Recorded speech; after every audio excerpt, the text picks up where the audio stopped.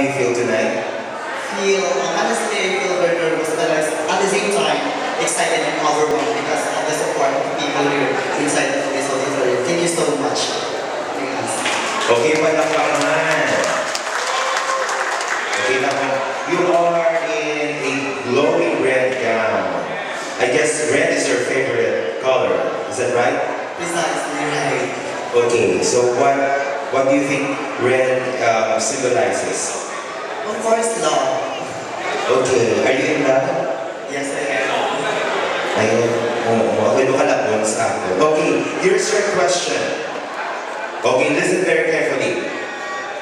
In a time wherein half of our society accepts homosexuals and the other half condemns us homosexuals, how can you apply gay power and morality in a society such as this?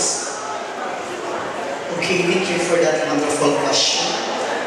Okay, first of all, let me clarify first. When we say gay, it is the lifestyle. Being lesbian, homosexual, transsexual, crossdresser, that is what we call gender preference. And how will I be able to apply gay power? When we say gay power, it is an evidence that we pertain to right. And with that right, of course, nobody court to question except you yourself. No legalities, no laws, because it is what we call focusing on attention on what we call human right. Because gay powers, gays are definitely born as men. Not only as what the preference that we've got, but we are all liable to do and creative and express whatever we have. So on that particular question, I should say, how will I be able to uplift morality and gay power and anything that this society has to offer? Well, it is simple by this. You cannot give respect unless you provoke to be in a proper decorum. And what is proper decorum? It is what we call the proper behavior or the human behavior. Otherwise, you cannot be an inspiration to all if you yourself cannot respect itself. And above all, you have to go for further education, whatever level of life that you have. Maybe on a poor level, because what is important is they itself, they are all intellectually capacitated with skills and ability to counter anything that this world has to offer. And therefore, I should say, if you are an educated gay, what can you do? You've got the best of both worlds. So if you've got the best of both worlds, I believe you can conquer everything. So with that, we should always seek respect on what we have. We should always be responsible to what we do. I believe, thank you so much.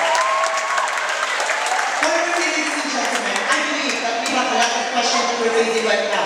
Spirituality, religious belief, whatever it is, try to think of it. Why do we exist? It is because God gave us a purpose. Thank you. Thank you so much. Chief Justice, okay. Hindi na ako magambal. Thank you so much, candidate number 1. Palakpakan natin again si candidate number 1. Iyan ang microphone. Okay. Next candidate number 2. Coming down, candidate number 2. After that number from candidate number 1, I'm sure candidate number 2 has a lot of things to say also. Okay, let us see kung may inilhamban sa candidate number 2. Di natin pages, I don't know kung pinaka-page. Okay. You're Miss Katrina Halili. How's Hayden? I don't know. Are you still with Hayden or not? Not anymore. Anyways, let's proceed with your question kasi di pa naman katong Hayden or Katrina. Okay, despite of being gay, with all the discriminations and dandanan, how can you become a good role model to our youth? Well, thank you for a very interesting question. Well, I believe that humanity is the greatest masterpiece of all God's creations. And whether the world will accept us or not, we gays are still part of this great spectacles of God. Of course, ladies and gentlemen, in order to become a good role model, despite of being a gay, I will show respect to myself in order for others to respect me. And I would still apply being a good Christian in our society, especially to everyone. I will prove to everybody that even though I am a gay, I am still God creation and I am still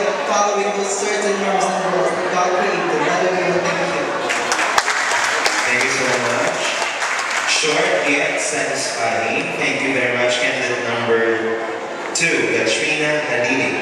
Now let us have our third